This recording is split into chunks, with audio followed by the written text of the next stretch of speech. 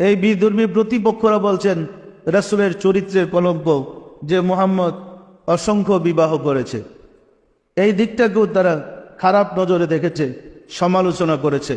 রাসূল বহু বিবাহ করেছে।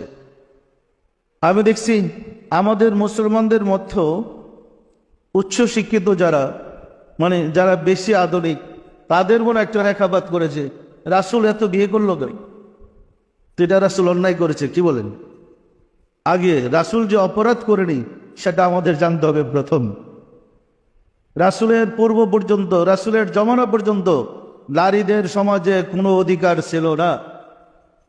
অতীতের সমস্ত নবী রাসূলদের ইতিহাস তালাশ করে দেখেন যে মায়েদের অর্থাৎ নারীদের কোনো অধিকার সংসারে ছিল না।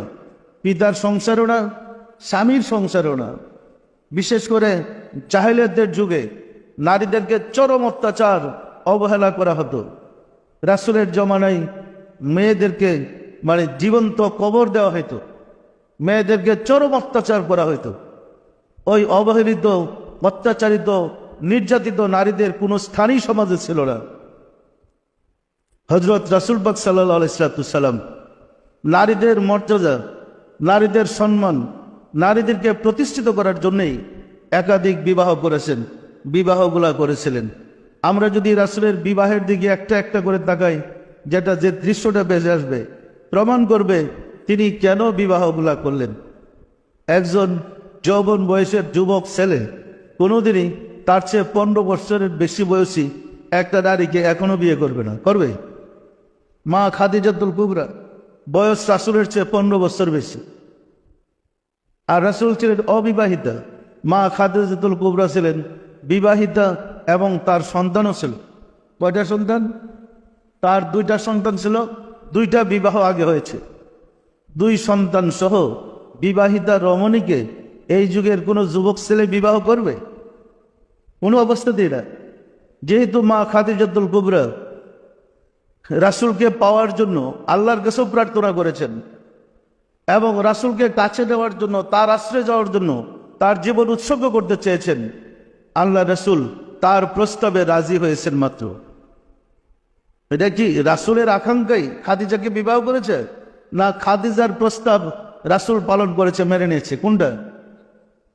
1 নম্বর, পরবর্তীতে রাসূল যে কয়টা বিবাহ করেছেন, যেহেতু এমনি কুমারী নারীদের কোনো পাত্র ছিল না বাপের সংসারে, স্বামীর সংসারে মেয়েদের কোনো ব্যবস্থা ছিল না। তদুপরি বিধবা যারা, এরা তো মানুষই ছিল না, নারী। বিধবাদের কোনো বিবাহের সিস্টেম ছিল না। রাহমাতুল লিল আলামিন শুধু বিধবাগুলারই বিয়ে করছেন, যার স্বামী নাই, যে স্বামী হারা, যার খাইবার ব্যবস্থা নাই, যার কোনো ঠিক ঠিকানা নাই, ওই ইতিম অসহায়দেরকে রাসূল আশ্রয় দিয়েছেন। ইহা কি রাসূলের অপরাধ?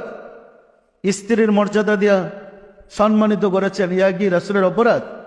আশিকে রাসূলেরা একটা একটা করে প্রত্যেক রাসূলের বিবিদের কথা যদি শুনেন, ইতিহাস পড়েন, অভিভূত হবেন যে তিনি কত উদার মনের ছিলেন, তিনি কত শ্রেষ্ঠ মহামানব ছিলেন, যে কারণে নারীদের মর্যাদা প্রতিষ্ঠিত করার জন্য এই নিরীহ, নির্যাতিত, নিপীড়িত, অত্যাচারিত নারীদেরকে সমাজে প্রতিষ্ঠিত করার জন্য এই বিবাহগুলা করেছেন।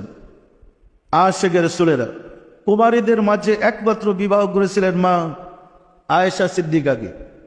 উহাও রাসূলের ইচ্ছা নয়, আবু বকর সিদ্দিকের একান্ত ইচ্ছা ছিল। কায়মানুবাক্যে প্রার্থনা করেছিলেন তার মেয়েকে রাসূলের কদমে দেওয়ার জন্য। রাসূল সাল্লাল্লাহু আলাইহি সাল্লাম আবু বকরের প্রার্থনা মঞ্জুর করলেন। ইহা কি অপরাধ? প্রার্থনা মঞ্জুরের আগেই, বিবাহের প্রস্তাবের আগেই, আলোচনার আগেই রাসূল পাকের কাছে হযরত জিবরাইল আমিন একটা ছবি রেশমি রুমালে আয়েশা সিদ্দিকার ছবি দেখে বললেন, ইয়া রাসূলুল্লাহ, এই মেয়েটা হবে আপনার স্ত্রী। রাসূল আশ্চর্য হলেন, এ আবার কি? জিবরাইল বললেন যে রাব্বুল আলামিন পাঠিয়েছে, এই মেয়েটা আপনার বিবি হবে। উনি হলেন মা আয়েশা সিদ্দিকা, আবু বকরের মেয়ে। আল্লাহ যে খবর পাঠালেন এ আপনার স্ত্রী, আল্লাহর এই আইনটা কি বাস্তবায়ন হবে না? হবে না? আশিকে রাসূলেরা আর যে কয়জন বিবাহ করেছে সব বিধবা। ওই তো কেউ মুসলমানকে বিবাহ করেছে, বিধর্মী ছিল, ইসলাম গ্রহণ করে মুসলমানকে বিবাহ করেছে, তার স্বামী মারা গেছে, যুদ্ধে শহীদ হয়েছে, সে তখন বাবার কাছেও জায়গা নাই। মুসলমানরা তো বিধবা বিবাহই করে না, এই মেয়েটার অবস্থা কি হবে? তখন রাসূল তাকে আশ্রয় দেওয়ার জন্য এই আশ্রয়হীনকে বিবাহ করেছেন। এটা কি রাসূলের অপরাধ? যখন একের পর এক প্রত্যেকজন মানে উম্মাহাতুল মুমিনিনের জিন্দেগি সম্বন্ধে জানতে পারবেন, অভিভূত হবেন, তিনি কত উচ্চ পর্যায়ে ছিলেন, তিনি কত শ্রেষ্ঠ ছিলেন, যে এই নিরীহ নির্যাতিত নিপীড়িত মানুষকে প্রতিষ্ঠিত করেছেন, সমাজে নারীদের মর্যাদা প্রতিষ্ঠিত করেছেন। তিনি এসে পিতার সম্পত্তি থেকে 2 বোন সমান 1 ভাই অংশ পাবে, এই বিধানটা চালু করেছেন। এক ভাইয়ের অর্ধেক সম্পত্তি 1 বোন পাবে। এর আগে কোনো নারী কোনো বিধানে কোনো ধর্মে সম্পত্তি পিতার পাইত না।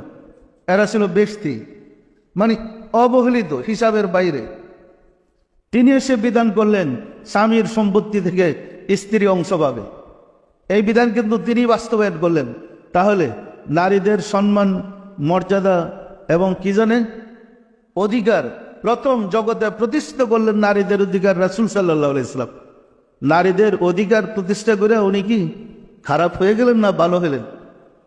সম্মানিত আশিকের রাসূলেরা, এখন ১৫০০ বছর পরে এই নারীদের অধিকার প্রতিষ্ঠা করতে গিয়ে সারা দুনিয়ায় হইচই লেগে গেছে। আইন এমন বানান শুরু হয়েছে, অধিকার এমন অধিকার দিছে, পুরুষকে এখন জেলের ভিতরে বন্দী করে রেখে দেয়। কিন্তু প্রথম নারীদের অধিকার প্রতিষ্ঠা করেছিলেন রাসূল সাল্লাল্লাহু আলাইহি ওয়াসাল্লাম। সমগ্র সৃষ্টি জগতে যত নবী, যত রাসূল, যত মহামানব আসছেন, নারীদের অধিকার কেউ প্রতিষ্ঠা করেছে নেই মুহাম্মদ রাসূলুল্লাহ ছাড়া। আর এই অধিকার প্রতিষ্ঠিত করতে গিয়ে সর্বকালের, সর্বযুগের সর্বশ্রেষ্ঠ মহামানব রাস্তার ফকির বিয়ে করতে হয়েছে। প্রমাণ করতে হয়েছে যে মানুষে মানুষে কোনো ভেদাভেদ নাই, সে অসহায়, তার ঠিকানা নাই, আমি বিবাহ করে তার ঠিকানা করে দিলাম। পরিষ্কার না? পরিষ্কার না? ভালো করছেন না খারাপ করছেন? যদি রিপোর্ট তারও নাই, নিজের স্বার্থের জন্য যদি বিবাহ করতেন, ওনার চেয়ে আর একটু ভালো ফ্যামিলিতে, আর একটু আমাদের দেশে দেখেন না, বউ মরে গেলে বুড়া বয়সে বিয়ে করতে যায়, ও 16 বছরের কম হলে 16 বছরের মেয়ে ছাড়া বিয়ে করবো না, কি বিধবা সিধবা বুড়া বেটা বিয়ে করবো না, করতে যাবে। কিন্তু উনি একটা যুবক ছেলে, উনি কেন সমস্ত বিধবাদেরকে বিবাহ করলেন? তাহলে তার কি কামরিব চরিতার্থ করার জন্য বিবাহ করেছিলেন, না নারীদের অধিকার প্রতিষ্ঠিত করার জন্য করেছিলেন? আমরা দেখেন কি নির্বোধ, উচ্চ জ্ঞানী তো লেখাপড়া করে হয়েছি, সমালোচনা করে মুসলমানরা সমালোচনা করতে শুনেছি, দেখো রাসূল এতগুলা বিয়ে করলো কেন? এটা তো রাসূল ভালো করে বিচার শুরু করছে, এখনই তার কট করে রাসূলকে খারাপ করে অপরাধী বানায়।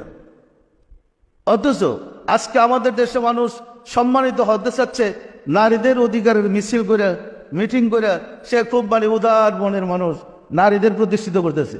একবার চিন্তা করে দেখে না, নারীদের অধিকার প্রতিষ্ঠিত সর্বপ্রথম করেছে রাহমাতাল লিল আলামিন। সম্মানিত আশিকের রাসূলেরা, আমরা কি কিছুটা ধারণা পেয়েছি?